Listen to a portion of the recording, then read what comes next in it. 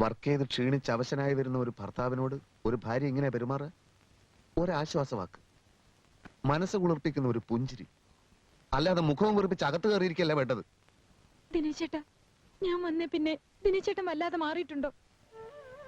അമ്മയെ പറ്റിയോ മറ്റുള്ളവരെ പറ്റിയോ വല്ലപ്പോഴും ഞാൻ കുറ്റപ്പെടുത്തി സംസാരിച്ചിട്ടുണ്ടോ?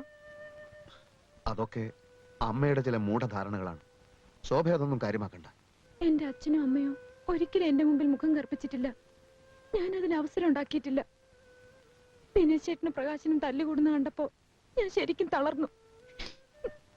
സ്വപ്നത്തിൽ പോലും അറിഞ്ഞിട്ടില്ലാത്ത കാര്യങ്ങൾക്ക് അമ്മ എന്നെ കുറ്റപ്പെടുത്തിയപ്പോ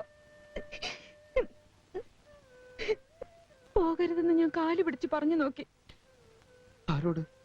എല്ലാരും ഇവിടുന്ന് പോയി ദിനേശേട്ടാ. അമ്മയും പ്രകാശനും